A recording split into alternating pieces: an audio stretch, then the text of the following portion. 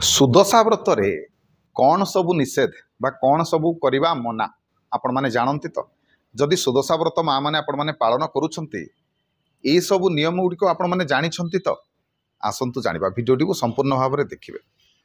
प्रथम कथा व्रत जो दुकान रु किणिबे व्रत पैसा केबे हेले बाकी रखिबेनी। द्वितीय कथा व्रत किणिबा समय रे व्रत टंका निजे देबे काठारु धार आनिकी टंका देबे नाही पैसा निजर हितवा आवश्यक। सुदशा व्रत दिन पिंधिथिबा कोनसी गहना केबे हेले खोलिबे नाही। ए व्रत दिन पिता कसा पोड़ा पोई लाउ किंबा छतु ये सबू खाइबे नाही।